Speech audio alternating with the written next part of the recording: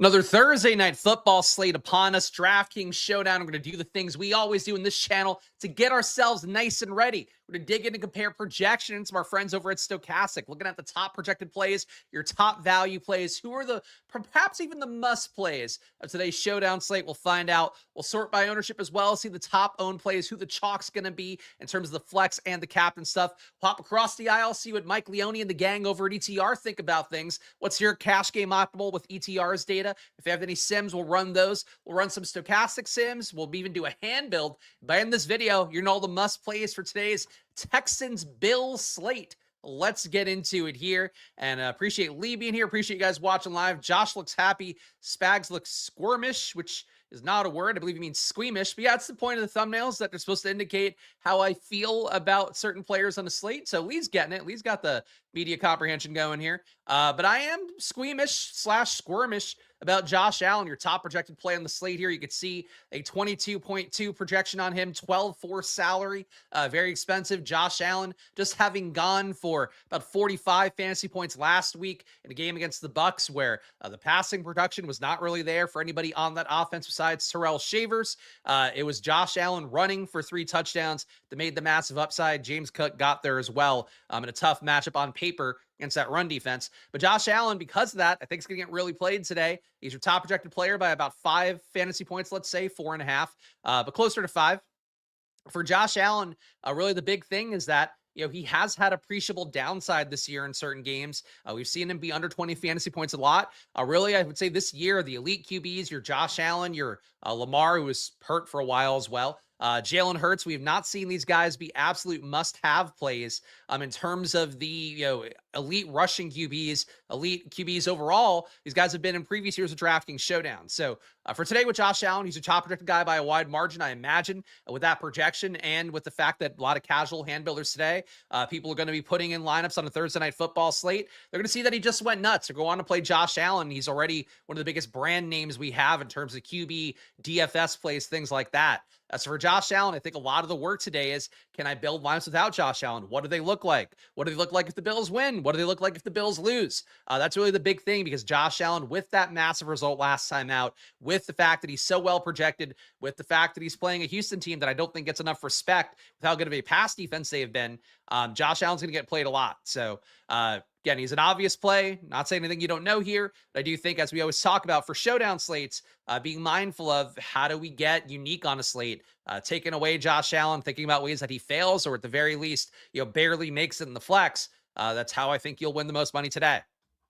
James Cook, certainly one of those ways that Josh Allen doesn't hit, especially a captain. If James Cook is a decent day, he takes a potential yardage away from Josh Allen, whether that's rushing or passing yardage. He also takes away some touchdown equity, does James Cook. So 11.4 salary, much cheaper here for James Cook. I think that's a positive as well. But James Cook going against a Houston defense that very good versus the pass, like we just talked about, negative 0.2 EPA per dropback, negative 0.22 EPA per pass, legitimately right now in terms of results in those EPA metrics, one of the best pass defense in football. I would say technically the best pass defense in football, at least right there with the Broncos.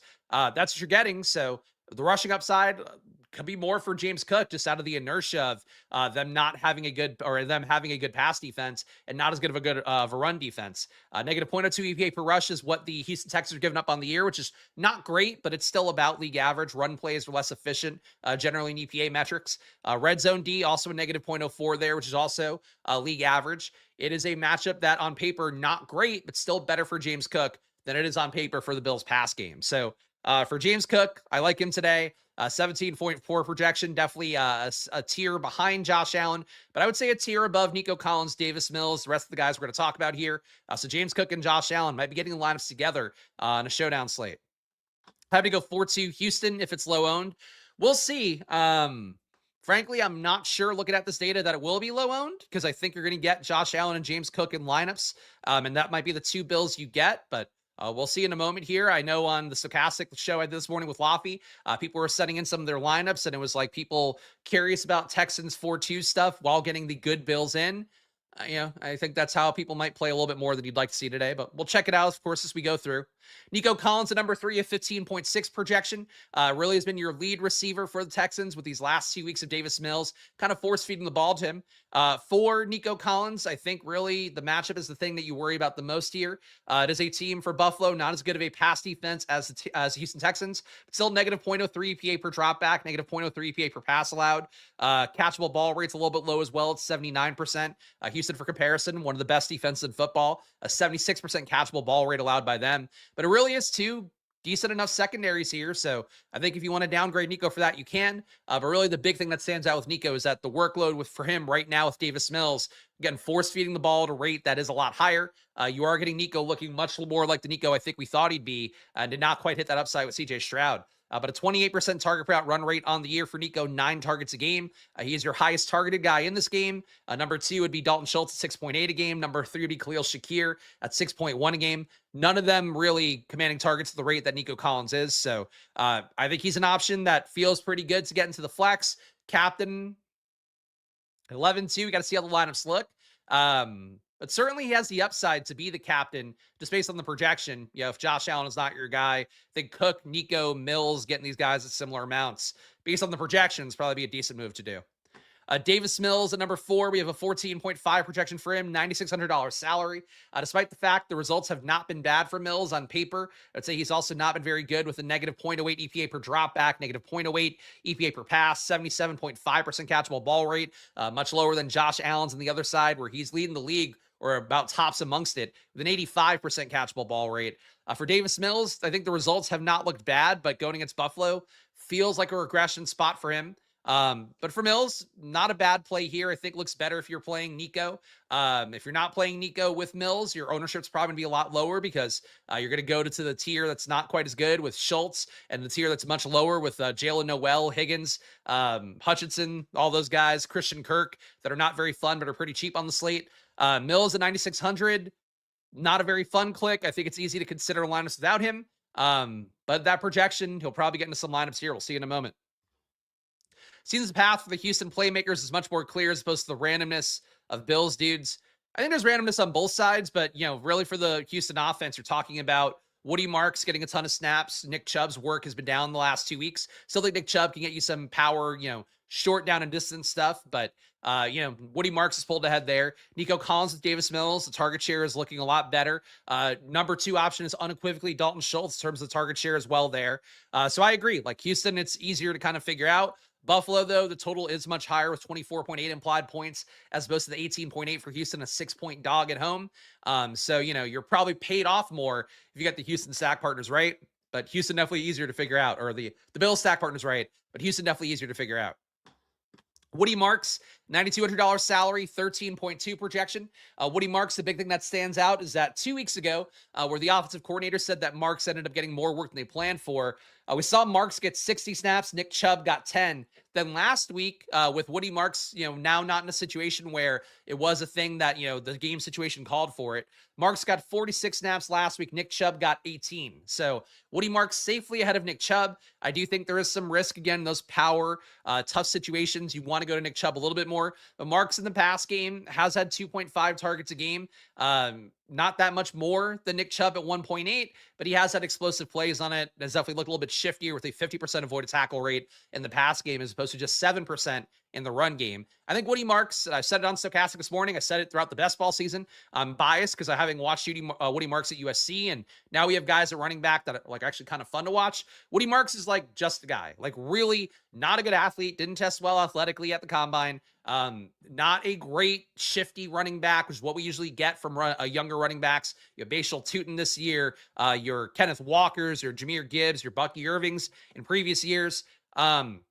That's where I think generally the biggest upside is for a young running back. Woody Marks to me looks a lot like Joe Mixon out there, where he's getting decent stuff in the run game. He's getting decent production in the pass game. They spiked a little bit more that made people think that he's really good in the pass game earlier in the year. But he's kind of just a dude. But he's just a dude right now. It's got the best workload, and he's facing a Buffalo team that is one of the worst run defenses in football. Talked about it last week. 0.1 EPA per rush allowed by the Bills defense on the year. 0.13 EPA in the red zone per rush allowed there. So they don't get stiffer in the red zone. That means it's a bad run defense. There's no underlying strength they can tap into there. They get weaker as you get closer to the goal line. It's not what you want to see. But we saw Sean Tucker last week putting up over 30 fantasy points. I thought Rashad White was kind of surprised to see him not be projected at all. And, he didn't pay off because Sean Tucker did. But the reality is for Woody Marks, the snap share, the fact that I'm sure Houston would love to keep Buffalo off the field, and the fact that, Buffalo's run defense is not very good. Sean Tucker is not a special talent. He's kind of fast. He's not particularly shifty. He's like legitimately another guy who's just a dude.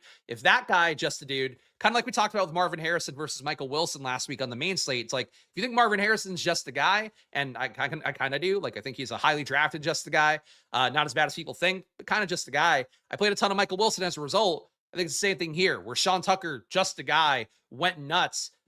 For today, Woody Marks, I think very much just a guy, even though people overrate him. He's a good play. That said, the Woody Marks ownership might be a little bit high. People do like him a lot, it seems, on these slates. He keeps getting 10 to 20% owned on main slates. So for a showdown, ownership might get a little bit high. That's where Nick Chubb comes in. You try to capture the touchdown upside. In particular, hope Woody Marks maybe fumbles, does something stupid to get Chubb out there more. But the primary assumption should be Woody Marks has a good game today because the Buffalo defense is that bad, and Woody Marks' snap shares right now are that good. So talent doesn't matter. The ownership is what does. But we'll see what we get for Woody Marks coming up.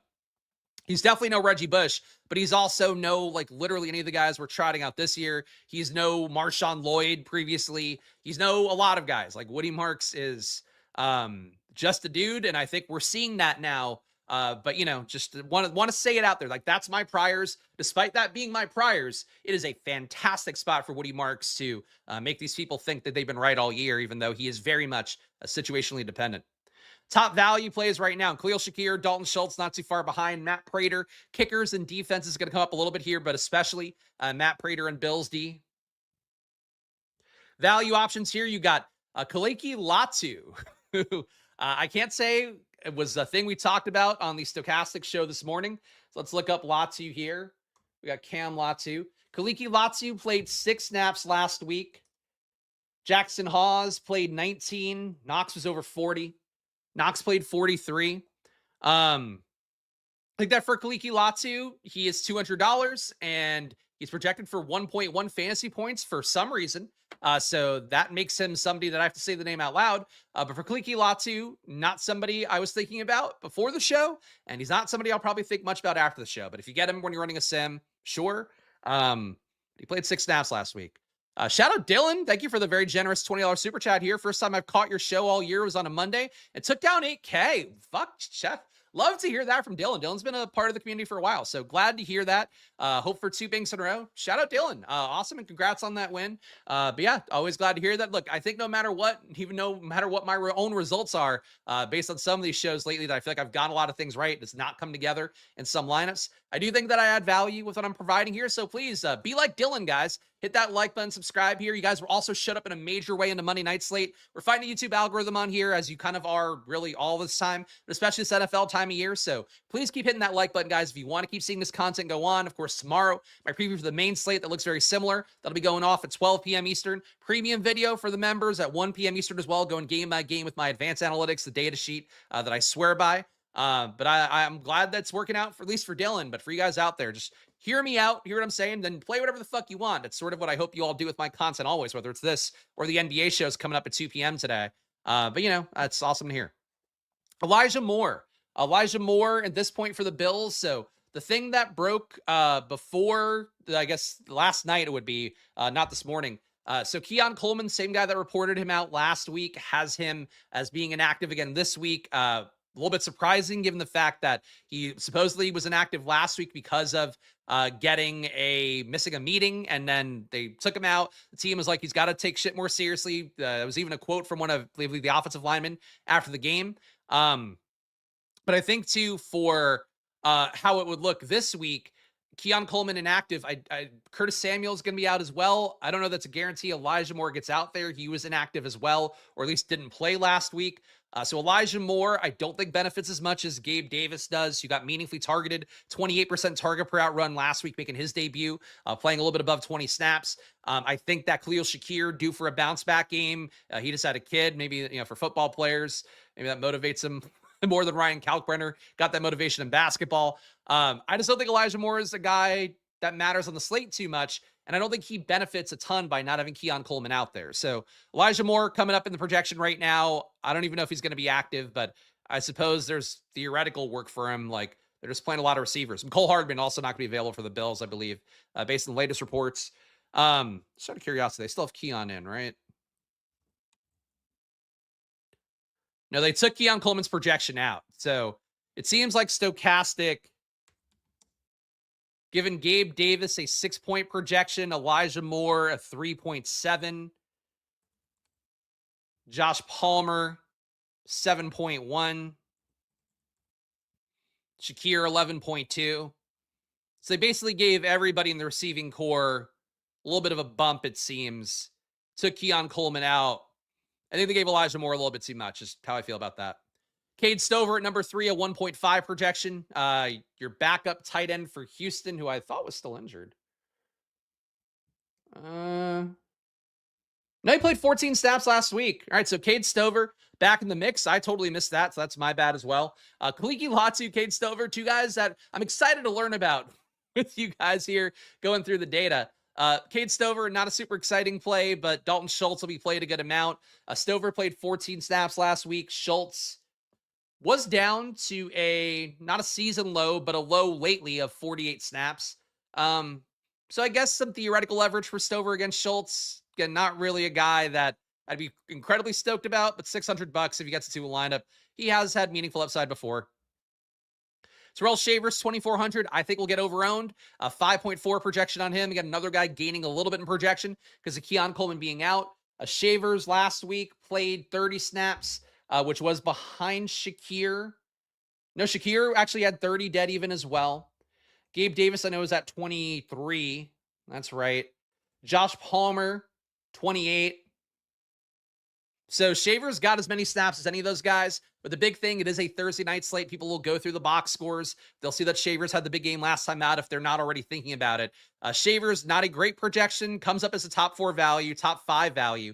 But I think for Shavers here, I think he gets overplayed because of that big game he had last time out. And shouts to the chats here. Appreciate the nice chats. We got people asking to smash a like. Yes, listen, Consigliere here. Best free show out there in DFS, not just the info, but my sparkling personality. Thank you. And then Kyle saying, I'm especially sparkly today. Am I smart? Am I a vampire in the Twilight franchise? I don't know. It's probably the white shirt. Might be changing the color palette a little bit. Surely stacking Allen Shakir won't cost you money this week. Well, that's the thing. FF Doom is like, it cost people money last week. It was probably the 1 week that people felt safe stacking Allen with Shakir. When you get Kincaid out, who's out again there here, and then he doesn't pay off, I think it probably keeps Shakir's ownership more in check than it would be if he had the Terrell Shavers game. Like if Shakir did what he did last week, Shakir would be unbelievable chalk. Now you get him, I think, a little bit discounted in ownership.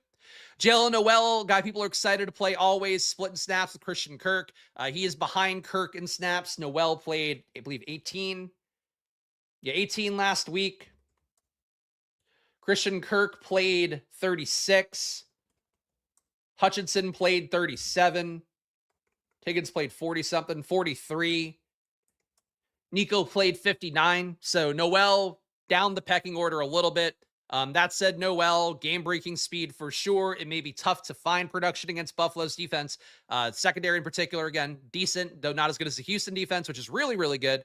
But I think for Jalen Noel, I think people always like playing him on these slates. He comes up enough in the sim from what I saw before the show. We'll see what we get in a moment here, but I'm not jazzed about Noel. I'd rather play an entirely forgotten Christian Kirk, I think. Kirk at 2,800. He sucks. He's mostly dust at this point. But maybe just kind of moves the chains a little bit today would be the hope. I think Noel and Kirk, we'll see what the ownership is in the sim, but who knows? All right, let's go to ownership next, guys. Next stage in our journey here. We'll see what the chalk is. Let me see if they update it as well. All right, here we go. Refresh. Playing Shakir again, just bitter. Well, there you go. You know the things. You know the DFS principles. Buy when there's blood in the streets. Shakir busted as the one Bills pass catcher of the zone last week. And I'm sure, I was saying to Laffy on the show on Stochastic, what'll happen is that Josh Palmer finally goes off today because he's the one that nobody's going to want to play. People will go back to Shakir because they know he's good. People will want to play Gabe Davis because the underlying numbers are pretty decent. He got targeted 4 times at a game playing barely 20 snaps. That's pretty good work. And And then, like nobody's going to play Josh Palmer because he has done nothing all year. But it's DFS. It is a really wide open chart here. You expect Shakir to have the best shot of hitting. But any of them can pay off. Knox and Allen is the only safe stack. I don't even know if that's fair. He only sees Knox in the red, or only sees Dawson Knox in the red zone. Dawson Knox on the year, averaging 0.3 red zone targets a game, 0.1 inside the 10-yard line. Gabe Davis got a target inside the 10-yard line last week in his debut. So I don't think the Knox corollary has held up quite as well this year as it has in the past. He doesn't earn targets anymore with Kincaid out there, but it's not getting better. And, Jackson Hawes is playing about half the snaps, but Jackson Hall's getting targeted 22% of the time he's running a route.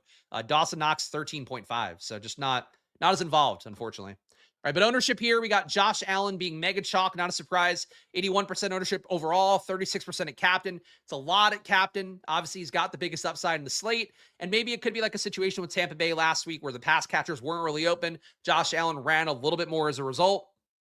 And I will say, Houston very bad at defending QB runs. 0.9 EPA per QB rush might be the worst mark in the league. So that does fuck it up a little bit for me because I was really kind of preparing. I was preparing mentally to fade Josh Allen a little bit. But it really is going to be similar to Tampa Bay, where people thought Tampa Bay's secondary was so bad. In reality, they're not that bad. I said that a lot last week and hopefully got into some of your guys' heads.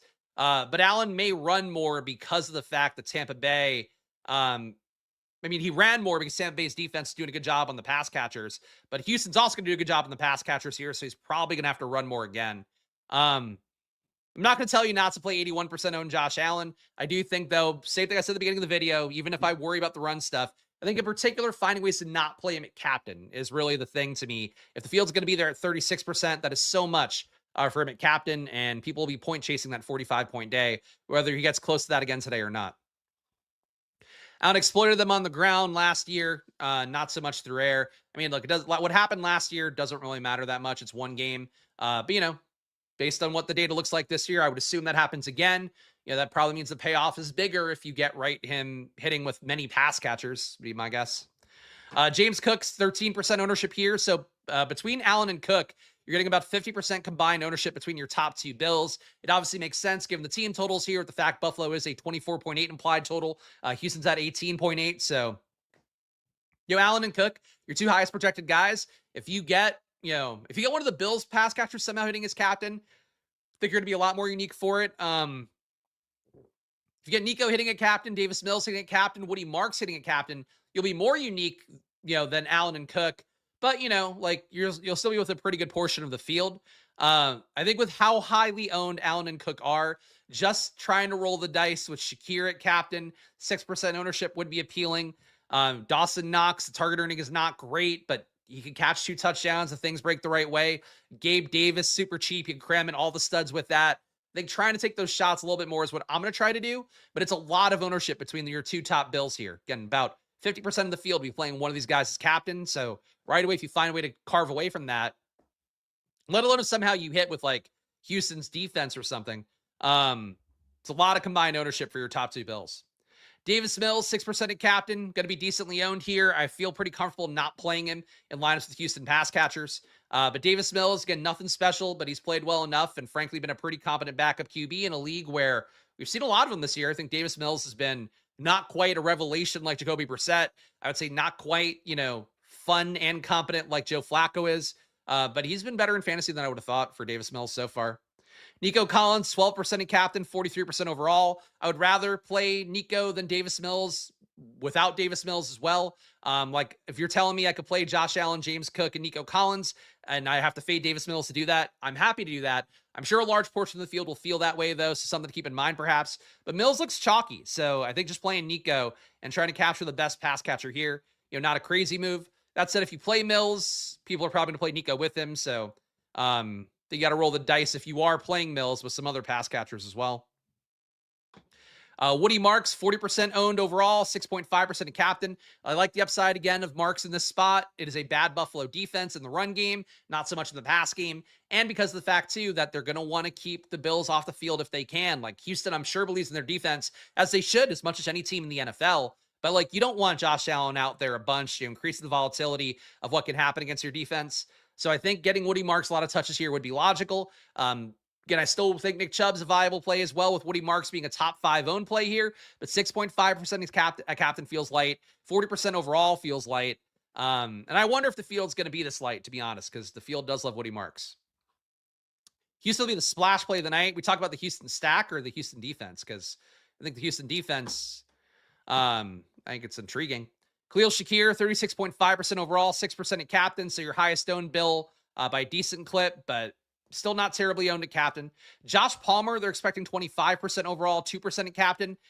I don't know if I buy that. I think people are going to be more excited to play Shavers and Gabe Davis, but Stochastic saying Palmer being played by a quarter of the field. Shavers, they have a 20% expected owned, 1% at captain. I mean, he was your highest upside guy last week. Gabe Davis, 13% overall, under 1% at captain. I don't know that I buy this ownership for the Bills receivers, but I get it. They got Elijah Moore, 22% overall, 1% at captain. I don't think he would get that highly owned either. But that's that. Spags, I'm late. You were so right about the Dallas slate. You said to play more Dallas. I should have listened. Well, there you go. Hey, we got some things right. All right. Anything else to note here? Ray Davis under 10%. Not a lot of work lately, but he's there. Cade Stover, top value. Latu, top values. They're not going to get played, even though they're certainly not well projected. Jalen Noel at 8%. I feel like Jalen Noel will never be at 8% as long as most of the field continues to love him, but that's what we got. All right, let's go to the solver next. We'll see what ETR thinks about things. Let me refresh this to see if their sims are ready. And they are. Cool. So we'll build a cash game lineup at over at ETR. Before I do that, though, guys, one last run through shilling here. Please hit the like button. Please subscribe. Goes a long way for me here, battling on the YouTube algorithm. Even if all you're going to do is fade all my takes, that means you still got value to this video, but you still should listen to me. Like, I'll get at least half the shit right. Yeah, it's gambling. We'll all get about half the things right. But, you know, I do the best I can to prepare you guys here, showing you the advanced analytics that I swear by from my friends over at Sports Info Solutions. We're talking about Stochastic. We're talking about ETR. There's nobody else in the industry that does a show like this. So help a brother out. Hit the like button, subscribe. And, of course, check out the products as well. You want to see Stochastic data or the Sims tools I'm going to show you in a minute. It's all 15% off the promo code SPLASH. I am sure they'll have Thanksgiving deals going, but nothing right now for the NFL and nothing coming up for the NBA. So please do take that advantage of that 15% off. And really, if you're not using data, you're not using Sims at this point, you're watching this video and you're getting stuff from me, that's great. But like, you should use tools, you should use data, you should sim stuff out, have a read on how different lineups look, understand slate to slate, what good lineups look like, what heavily duped lineups look like, especially. Really important part of the process. And that's not just me. Like, I want you guys to sign up because I make money off of this. Half the money you pay to Stochastic, it comes back to me. But for you guys out there, like if you feel like you're just getting slaughtered on slates and you're not going in with your best foot forward, just understanding what the industry is going to be playing and what are good lineups according to one of the sites that's got 4 Milli Maker winners, I believe, this year. You should do that. And Solver 2, great product as well. ETR data, they've had a Milli Maker winner or two this year as well. There's great tools out there, and you really should be using something if you can. All right, so let's build our cash game lineups here. I'm just going to add a decimal point to our top 2 project. Ah, fuck. What the fuck happened here? Why am I... What the fuck? How the fuck did it log me out? That was a weird one. All right, we'll go back here. Give me. I just made my changes, guys. All right, here we go. We're going to run a cash game lineup here. Now the solver threw me a curveball. It's a great product, even though sometimes it logs me out while I'm trying to do the things. And it does do that a little bit more than I would appreciate. All right, so you're getting Bills onslaughts naturally here. Your cash game lineup is a 5-1 Bills. A lean, you got Josh Allen, James Cook. Again, I really do think you're going to get Josh Allen, James Cook a lot, and it does seem like we are getting him at 100%. Davis Mills, and this one is our one Texan. Matt Prater makes it. Josh Palmer makes it. Elijah Moore makes it. Yeah, Elijah Moore. Both sites like Elijah Moore a lot. But a 5-1 build means that, like we talked about here, whenever you get the 5-1s naturally in projection sets, we talked about this on Monday, same thing. You don't want to play a 5-1 if the 5-1s are occurring naturally. So people are getting, with ETR data, Bills heavy stuff. I would be mindful of not playing Bills heavy stuff as much on ETR. And if you are going to do it, leave a lot of salary on the table, play a unique captain. If you play Josh Allen, James Cook, you are running into a lot of people trying to play the exact same thing. But overall, Josh Allen, Elijah Moore, James Cook, in all of these top 25 optimal lineups. So ETR users will get those 3 pretty heavily. Right away, I would say you might want to play max 1 of Allen or Cook, I think is a logical thing to do to me. The very least, don't play these 2 with Elijah Moore and ETR data because you will just get them too much, and it will be a dupe fest most likely. Overall player stacks here, it's all Bills heavy stuff. Nothing too noteworthy to take away. But your highest occurring combos are Allen, Cook, Moore plus Shavers, Allen, Cook, Moore plus Prater. Overall, you're getting 5-1 Bills and 44% of lineups, 4-2 Bills and 52. So that's really it. And people are saying like play Texans stuff then. Yeah, like sure, that's one way to try to cut away. In reality though, sometimes you can just do the easier path, with less resistance. And just play a more balanced build. Just don't play Bills dominant stuff. And this has been a thing we point out. I really pointed out every video. Whenever the projections naturally give you a weighting towards one side, the Bills can still kick the Texans' ass, and you can have 3 Texans make a lineup. The Bills can lose to the Texans, and you get a 5-1, Texans maybe. But, like, you could just play still that the chalky stuff happens, but you're just not playing what happens, super easily projection-wise. And it's a really important distinction in Showdown stuff. So, again, you're not trying to play the best plays always in Showdowns. You're trying to play what gives you the best pathway to victory. And I know that sounds like kind of simplistic, but that's what it is. And playing Bills heavy stuff, it's not going to be sneaking up on anybody today. We're going to run an ETR sim here. We're going to build the lineups rather with boosts for stacking and correlation. Then we'll sim it out. Let's see if there's nothing else in the chat. Building for an under. Don't see this game going over the implied total.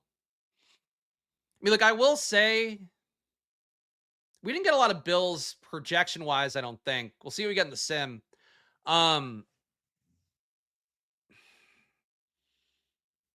don't think people are playing a shootout here. I think they're playing the Bills put up points, but the Texans don't. So I don't know that playing for an under is really going to change it too much. And the kickers, I'm pretty sure, are going to come up a lot naturally. I know Prater definitely will. Fairbairn, maybe not so much. Look, my rule of thumb is always whenever people aren't going to play defenses, play defenses. Whenever people are going to play defenses, play more pass-heavy stuff, play more shootout-y kind of stuff. Oh, shit, I didn't put uniques on. It doesn't matter that much. So in this build, I think people today will be playing more defensively minded options, more kicker minded options. So I think you're better off playing a shootout ideally, or at least, running backs plus some pass catchers. And then maybe Texans D, I think would be a way to get unique. But we'll see. When I get to the hand build, it's going to be where we can see how I'm feeling about the slate the most. I want to see what the data looks like before I make those kind of assessments. But a lot of Allen and Cook. I always say this on Showdown videos, but it is still the most noteworthy parable to give you guys a real life example. When I had my best Showdown win on one of these main slates, picking up just about 25K on a game where the Bengals were playing, Joe Burrow and T. Higgins were coming up in every lineup. And right away, what I did with my lineup set that night was play max one of Burrow and Higgins. That ended up working out. I think Higgins made the lineup, Burrow didn't. It happens all the time in Showdowns. It also happens a lot that these two guys that make it in every lineup still make the winning lineup because they're getting in every line for a reason. Chalk becomes chalk because they're the best plays on the slate. But when you have Allen and Cook, two guys that kind of run in contrast, or, one of them can beat out the other, and then you have to afford other players on in a given slate. That's sort of how that works. So I would say playing max one of Allen and Cook appeals to me, but we'll see what ETR has for us. Davis Mills. So wow, your first lineup fades all the Bills stuff. I got to say, guys, I love builds like this. ETR, generally, their data team, when they've done concept before, has said with the sim stuff on the solver, you want to see like a V curve. So it spikes meaningfully winning here. It spikes meaningfully losing here. And then the middle, you're not hitting the middle a lot. Here, you're spiking a little bit to win. You're spiking tremendously to lose here. You're losing all your money, finishing the bottom of the field 8% of the time, which is a lot. But when it hits, you win all the money. No dupes on Davis Mills. Matt Prater is our one Bill. Nico Collins, Dalton Schultz, Christian Kirk, and Woody Marks. So game stacking here, full of Davis Mills experience. I love graphs like that, though. I think those are the most fun lineups to play because, again, you really, oh, shit, this one's even worse. These are the ones, though, that people don't want to play because they're not winning very often. But when they win, you're like alone.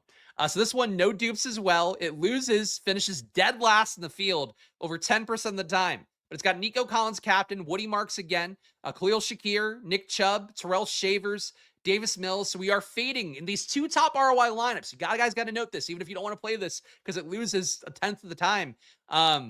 You're not getting Allen and James Cook in your top two lineups. They're just like, they're the best plays in the slate. They're a little bit too obvious. And that's when that hits, you are alone like that. Those guys just don't make the lineup. Number 3, we have Jaden Higgins captain. So that's getting us unique here with only one dupe. And we're losing a lot less in this one. Josh Allen, James Cook make it. Matt Prater makes it. Dawson Knox makes it. Davis Mills makes it. So we're playing the chalk with Allen and Cook. We are fading Elijah Moore that ETR seemingly thinks is one of the most important plays in the slate. We're fading Nico Collins at a Texan stack. Yeah, I mean, I get it. Not the most fun lineup in the world, but it works. Here's one that is Bills dominant, but is a zero dupe lineup theoretically. Gabe Davis, captain. James Cook, again. Nico Collins makes it. Bills D, Dawson Knox, Josh Allen. So we got a logical Bills onslaught here. Getting much less owned by playing a 1% owned Gabe Davis at captain, and still playing James Cook, playing Josh Allen the flex. I still think you're better off not playing a lot of Bills onslaughts. If you're going to play one, I think this is it. You honestly, play this exact lineup. Swap Gabe Davis for Shavers. Swap Gabe Davis for Elijah Moore. I mean, it's going to look pretty similar. Number 5 ROI lineup. You got Davis Mills in the flex. Josh Allen at captain.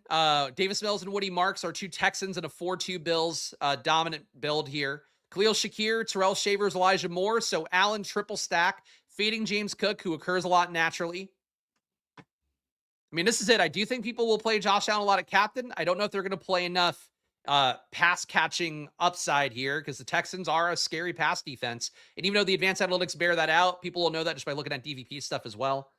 So Josh Allen stacked up here. If you're going to play him at captain, I think it makes sense to do that.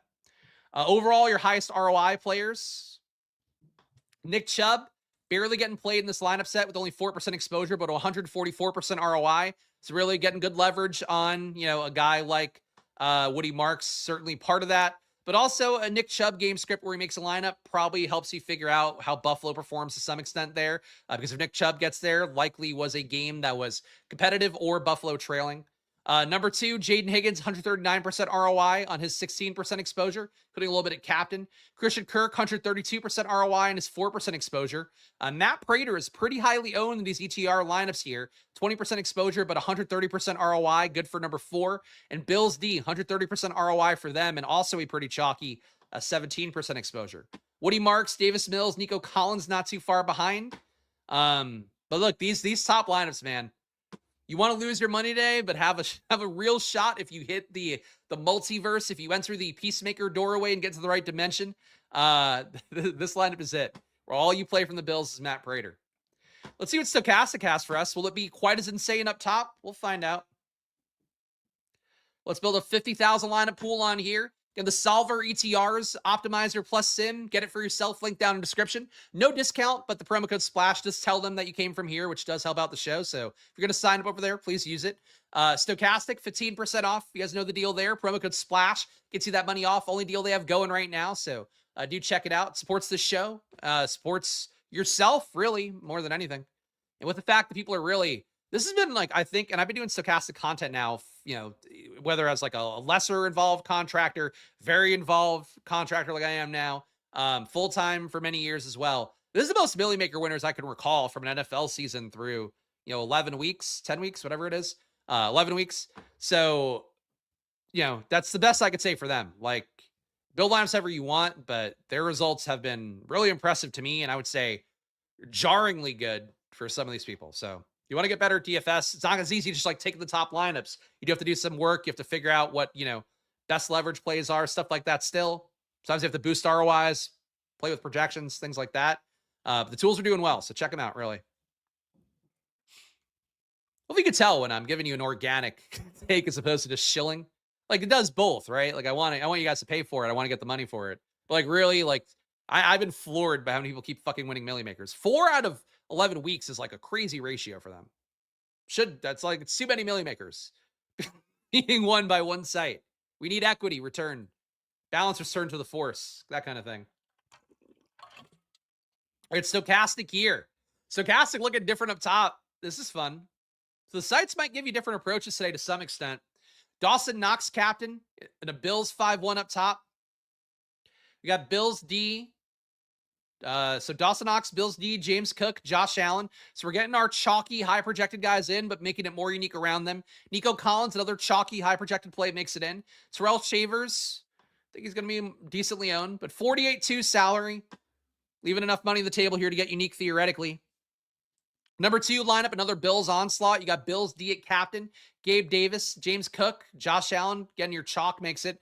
Matt Prater makes it. Woody Marks makes it. So one of Nico and Marks in these top 2. I think Gabe Davis, a very strong play again, based on the work that he got and the 20 snaps that he played.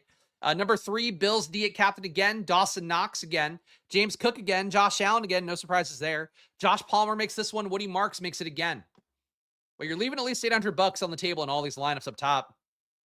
Number 4 is the Nico Collins captain, more balanced 3-3 build. Nico, Davis Mills, Josh Allen, Kaimi Fairbairn, Kaliki Latu makes it, and Matt Prater. So 2 kickers in this one, no defenses. Balanced build, though, in a 3-3. Your number 5 ROI lineup, 405% ROI. You got Woody Marks. Houston dominant build here with a 4-2. Woody Marks captain, Davis Mills, James Cook, Jalen Noel, Kaimi Fairbairn, and Matt Prater. So you're fading Josh Allen, playing the kicker instead, and you're playing James Cook to get some theoretical leverage there as well. That makes sense. Sims need to show me the game flow where that lineup wins. I don't think they have the ability to create that data for you, but you kind of have to, I mean, you could sort of deduce it yourself if you really want to pair through it and think about it. Every lineup, I mean, look, here's what I would say for it. If you have a Bills defense captain makes it, we're saying mostly an ass kicking for Houston. In this one, we have Knox and Allen and Palmer making it. We don't have any outlier receivers, but Shakir doesn't score enough. Maybe Knox scored a touchdown. Palmer scored a touchdown. James Cook did what he does. Woody Marks makes it here. Probably check down would be the assumption because the defense made it a captain. So they, again, did not move the ball very much, not score a lot. You can, and I know it's one lineup here, but like you can deduce it yourself. Just figure out how it comes together. It's like, so and KY knows this better than most, but like for you guys out there, that's what DFS is, just figuring out how to make this make sense, you know, whatever you're playing in a given slate. Overall, highest ROI players, Gabe Davis at captain, 32% ROI. Bills D at captain, 13% ROI. So just lesser owned Bills captains seem to be the highest ROI plays. Dawson Knox at captain at number 3. Kaimi Fairbairn at captain. So you're talking about a sloggy build there, potentially if Fairbairn makes it a captain. Or at the very least, Houston scores like no touchdowns, and he kicks a bunch from 50. Gabe Davis at number 5, negative ROI, but still your 5th highest in the flex. Gabe Davis coming up, man. I will say again, Gabe Davis, I'll just read you guys the numbers from 1 week of results. Keep in mind that it is only 1 week. Keep in mind it is also him only playing 23 snaps.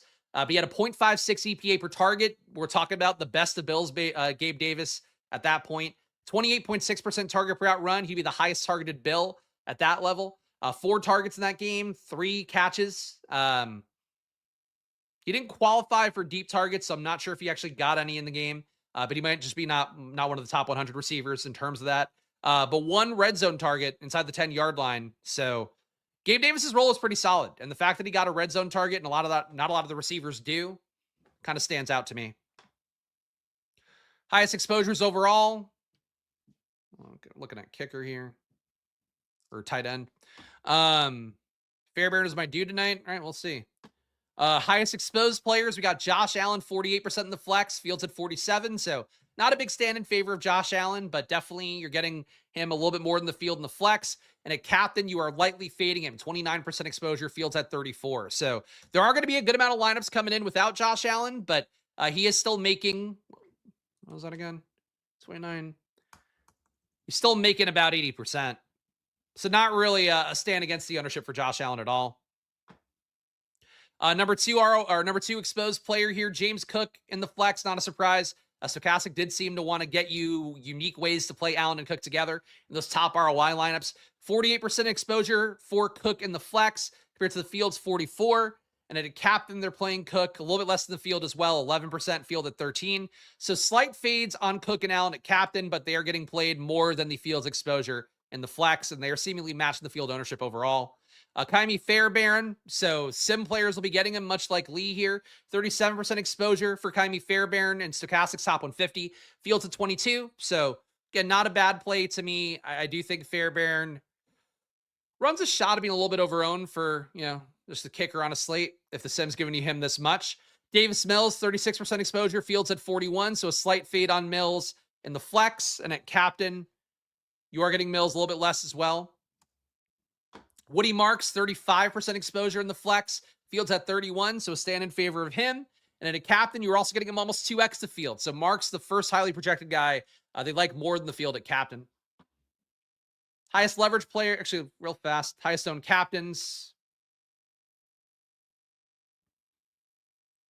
Where's that? Captain Josh Allen, 29% exposure, Fields at 34. So slight fade on Allen at captain, but you're still fundamentally pretty close to being with the Field. Nico Collins, 12% exposure at captain, Fields at 12. You're with the Field on him. Woody Marks, 11% at captain, Fields 6.5.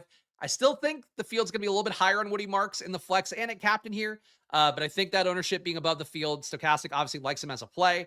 James Cook, 11% exposure, Field at 13. And Bills D, 6% exposure at captain, Fields at 2. So you're definitely flattening captain ownership around a little bit more. Dice rolling the low-owned guys more than you usually get on these slates too. Is an 8,500% ROI good? Yeah, that would be good. It's still a reflection of the data set, and I've never seen one that high, so I'm not sure what we're talking about here. But yeah, I mean, a higher ROI would also be a thing too, where like if you're putting it, depends on the tournament size you're putting in. If you're putting in like milli makers and stuff, it's gonna come up higher. All right. Or if you change stochastic settings to like 40%, it's going to change the ROIs, the way that works as well. Okay. Anything else to note here? Biggest fades. Forgot to do that. So your highest leverage plays, Gabe Davis, you're getting 15% more in the Field, the flex, 14% more in the flex for Kaimi Fairbairn. Dawson Knox, 12% more in the flex. Bills D, 9% more in the flex. And Woody Marks, 5% more there. Negative leverage, we got Elijah Moore, negative 16% leverage. Jaden Higgins, negative 10%. Christian Kirk, negative 9. Nico Collins, negative 8. Dalton Schultz, negative 6.5% leverage in the flex. So you're fading a lot of Houston guys. It seems like the stochastic data, besides Elijah Moore, is just giving you different Bills combos. But even then, they're low on Palmer. The math of the way this stuff is working out, it's a little bit confusing to me. Just go only, hold on, real fast. Team filter buff. So you're really high on Gabe Davis, really high on Dawson Knox, which we knew already. Really high on Bills D, high on Gabe Davis, a captain by a good amount. High on James Cook, high on your Latu types. Low on the secondary receivers. All right, let's do a hand build. We can get a handy in here. See, that's why the ROI, that's why the ROI would be so high. It's because you're playing something that goes against the data. You have to remember that sims are reflections of the middle outcome of the data set you're using. So if you just change everything, the ownership's still going to reflect everything else that is in the data set. So I don't know that's actually helpful to do, to be honest, but hopefully you know what you're doing, Dalton. All right, let's build this lineup out here. So we're not going to play Allen and Cook at captain. For now, I'm going to put them in the flex. Good. Allen, Cook in, and we'll see if we have to swap off of them. That's going to be what I try to do first. I'm going to put in Texans D, which the sim, I actually don't know what the sim liked about them or didn't like. Texans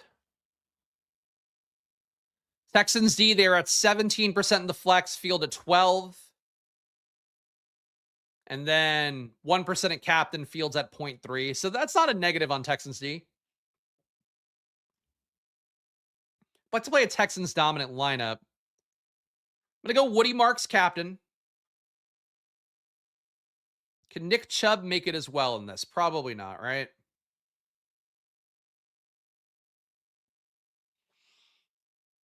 If Marks and Chubb make it, so this is again trying to figure out how this would work from like what the story is of it. Marks and Chubb make it. Marks probably broke some long plays. Chubb snuck in a touchdown. The Bills played from behind. So that might mean that James Cook might not be a good pick for this one. So let's take Cook out. We got Josh Allen in. Josh Allen threw a pick or something, fumbled, which is why he's not the captain here. He's running, he's throwing to Shakir. He's running. You probably don't need to say the things I'm saying. He's running, he's throwing to, who'd be another Bill that he'd be running and throwing to? Ty Johnson? This is going to be too much money on the table.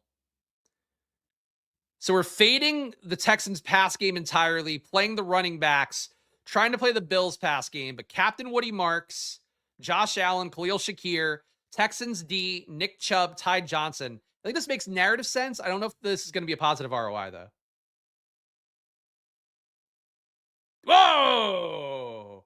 Negative 77. All right, let's see if we can do it with like a less flimsy pass catcher. That might be the thing. Got 8,200 left. Maybe the kicker. The Sims like Matt Prater a lot. Let's try that instead.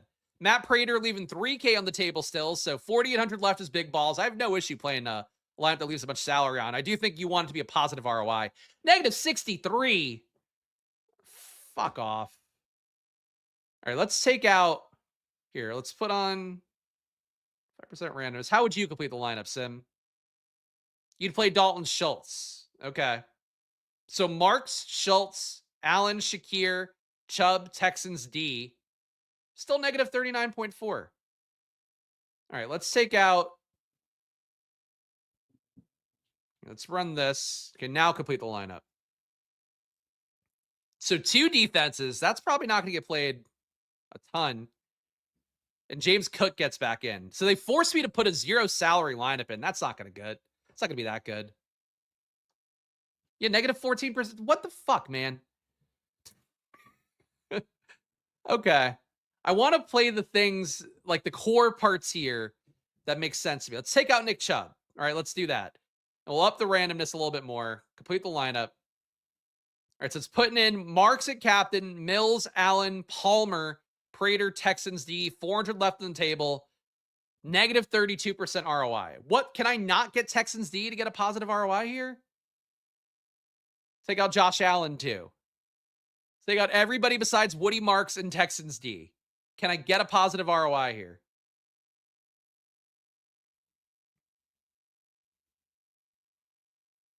What do I mean playing max 1 of Allen or Cook? I mean playing maximum 1 of Allen or Cook.